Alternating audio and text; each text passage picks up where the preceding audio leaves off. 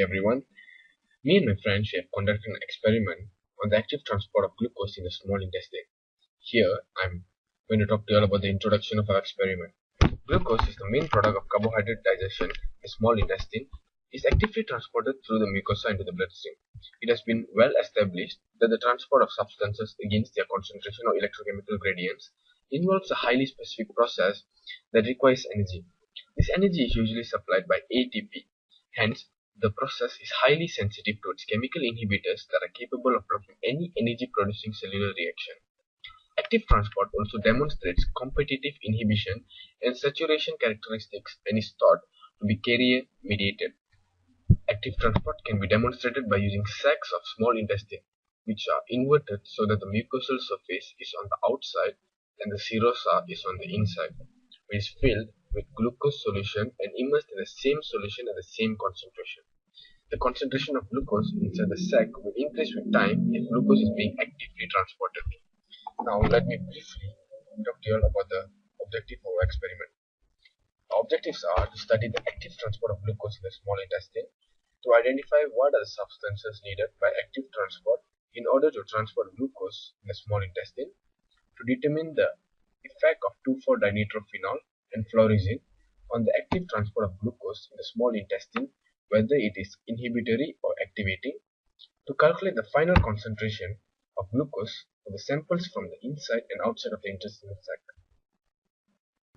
So you can see at this list is the equipment and the material that have been used in this experiment. Okay, for the procedure, 4 small intestines were inverted so that mucosa surface is on the outside and the serosa on the inside.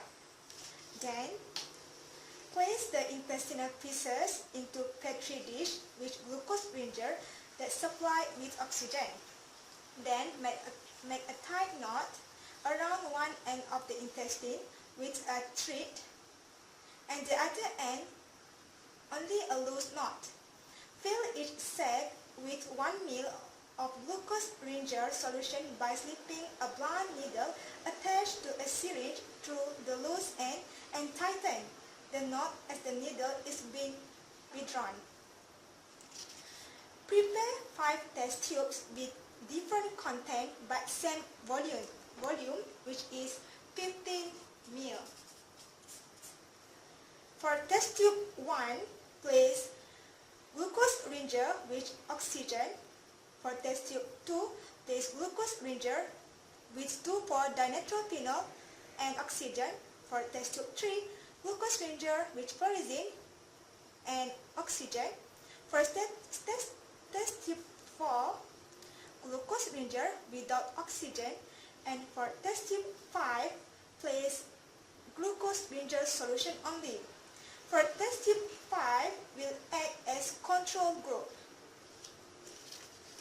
Then, immerse one sac into each tube and then allow one end of the thread to hang over the opening the tube. After that, all the test tubes are incubated for 1 hour. At the end of the incubation period, remove the sacs from the test tubes and then cut open one end of the sac and then transfer into the clean petri dish. For determination of glucose concentration,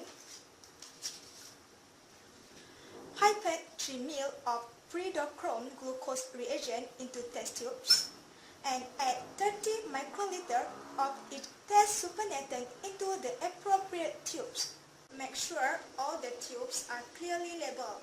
For test tube 1, label it as O2 sac, test tube 2, O2 tube, 3, 2,4-dinitrophenol sac, 4, 2,4-dinitrophenol tube, 5, fluorescein sac, 6, fluorescein tube, 7, oxygen-free sacs, 8, oxygen-free tube, and 9, glucose ringer control.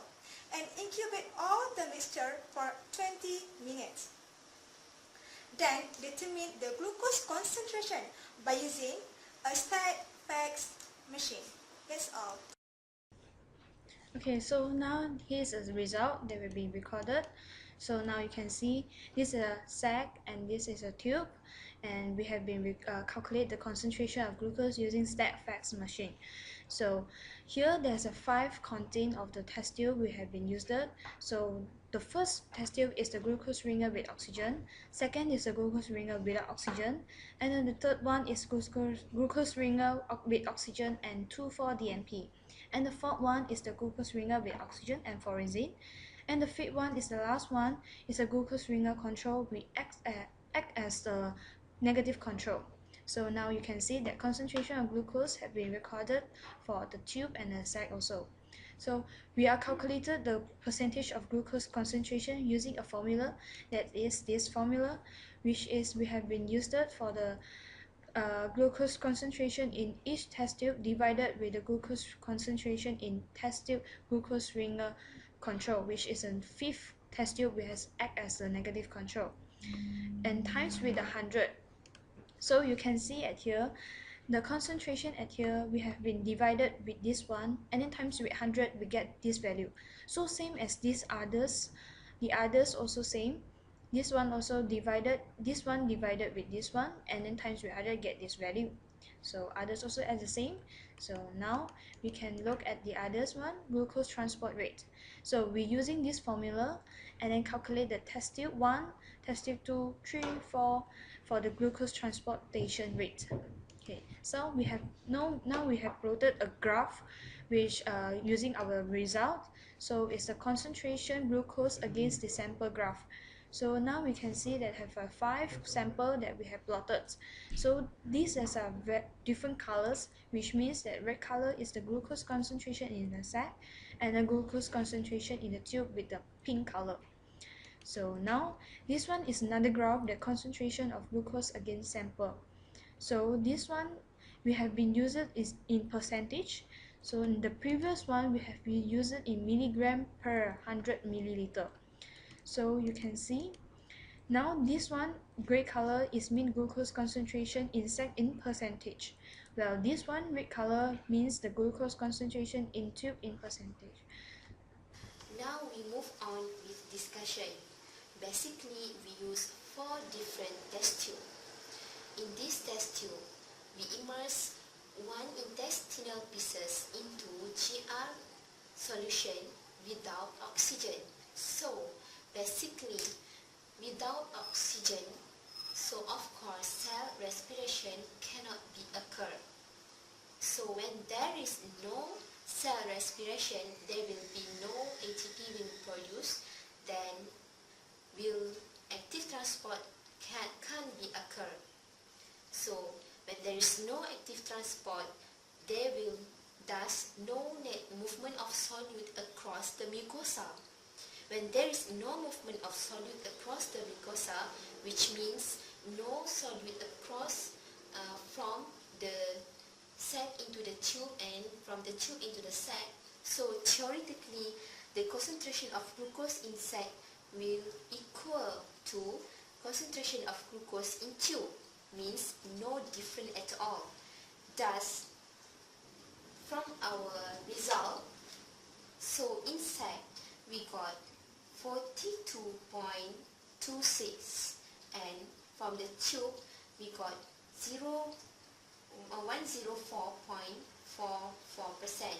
So you can see that the concentration of glucose in tube is more than in sac. So we compare with theory, thus we can see that our result can't be accepted. So it can't be accepted. Alright, we move on with the second test tube, which we immerse intestinal pieces into GR solution with oxygen. Basically, we have oxygen supply, so there will be cell respiration. When there is cell respiration, it will produce ATP. So with ATP, active transport can be occur. So when there is active transport across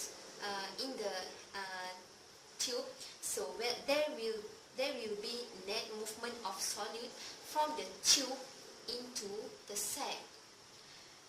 So it will increase the concentration of glucose in sac. So theoretically,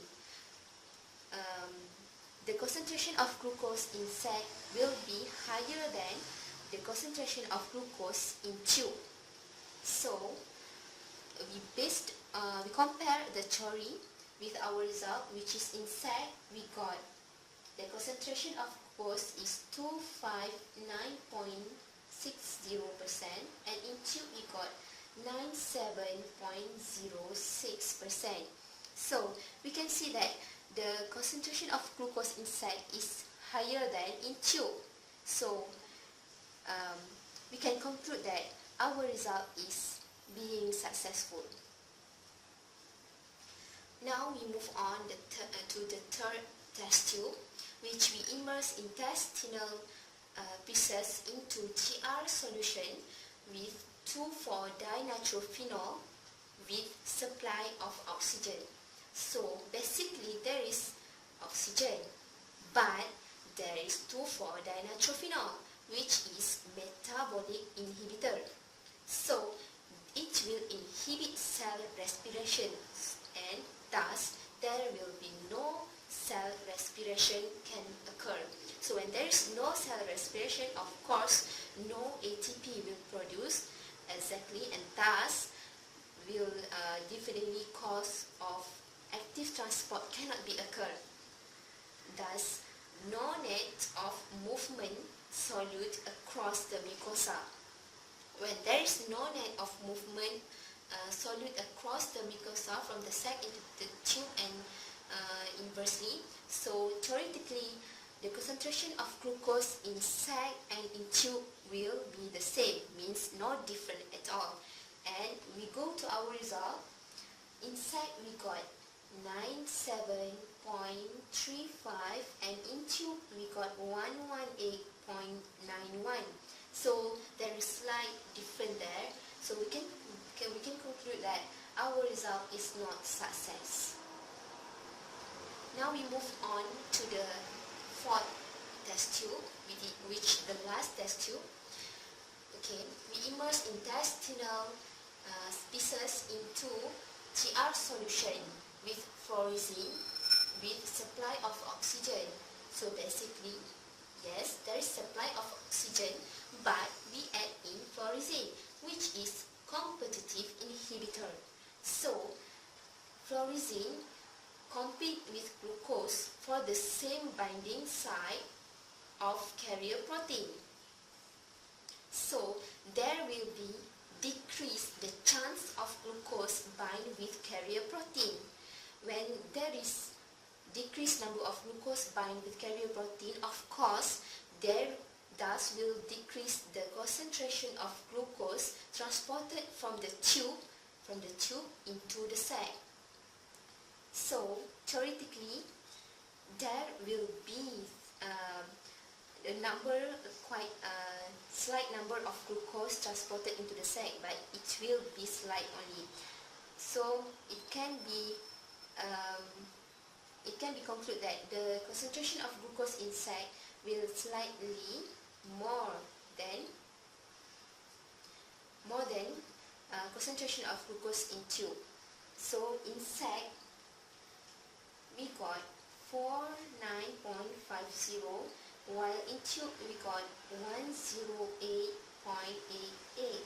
We can see that the concentration of glucose in tube is higher than sac. It is actually inverse with the theory. So it can be concluded that our result is not success. During this experiment, the first one is to exercise care while injecting glucose solution into the intestines. This is easily the hardest part in the experiment. So it will be better if you have two people doing it. One person will be the one injecting and the other person will be holding the intestines. After injecting, make sure you remove the syringe slowly and carefully so that the glucose solution doesn't overflow. Okay, next, make sure the oxygen is always supplied to the intestines. Because we are working with living tissues, need to make sure they stay living till the end of the experiment. So even during incubation, make sure that the gas manifold is immersed into the glucose ringer solution. Okay, next, all the intestines must enter the tubes at the same time. This is so that the active transport will start at the same time, so the results will be viable. Okay, lastly, the knots must not be too tight or too loose. If the knot is too tight, you might injure the tissue, and if it's too loose, the glucose ringer solution might flow out. Okay, finally, the conclusion. Okay, for the first tube, oxygen is supplied. So we found out that oxygen is needed for the active transport of glucose. So in test tube 1, the concentration of glucose in the sac is greater than in the tube. In the second test tube, we supplied it 2,4-DNP, which is a metabolic inhibitor. So glucose was not transferred to the tube. So the concentration of glucose in the sac is less than in the tube. In the third test tube, fluorescein was added, and it is a competitive inhibitor which compete with glucose at the binding site. So the concentration of glucose in the sac is less than in the tube. And in the fourth test tube, there is no oxygen supplied, so active transport could not occur. So the concentration of glucose in the sac is less than in the tube.